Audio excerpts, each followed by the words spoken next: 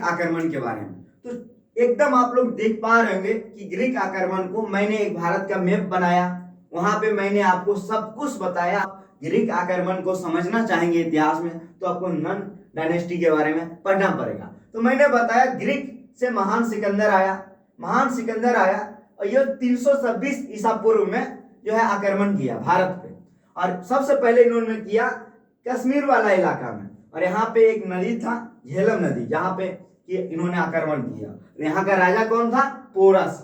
ध्यान से सुनिएगा आप सभी लोग। और जो झेलम नदी पे युद्ध हुआ था, उस युद्ध को हम लोग हाइडे स्पीच का युद्ध के नाम से जानते हैं, जो पोरस और महान सिकंदर की सेना के बीच हुआ। अब मैंने यही आपको बताया था कि जब महान सिकंदर भारत पे आक्रमण किया तो आपके एग्जाम में सवाल आ सकता है कि उस समय नॉर्थ इंडिया में किस डायनेस्टी का राजवंश था, यानी साम्राज्य था।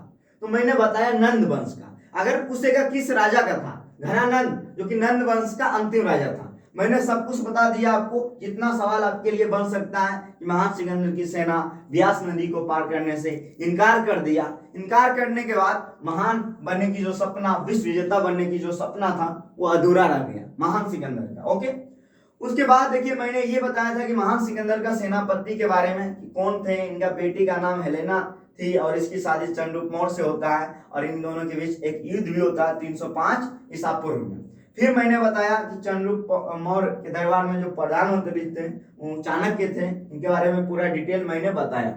मेगास्थनीज हेलेना के साथ आई थी जब विवाह हुआ था, तो ये चंद्रगुप्त मौर्य के दरबार में आए थे और ये यूनान के रहने वाले थे, और इनका फेमस बुक इंडिका है। CHS क्लास 11th में मैं बात कर रहा हूँ 11th के बारे में। इससे बाहर आपके एग्जाम में सवाल नहीं आएंगे। अगर इस टॉपिक से सवाल आए तो अभी और भी हम इसको डिटेल में पढ़ेंगे, लेकिन इतना आपको समझ में आया। मैं आगे बढ़ूं क्योंकि ये बेहद इंपॉर्टेंट है, ये बहुत इंपॉर्टेंट है, इसीलिए बताइए मैं आगे बढ़ूं यहाँ से।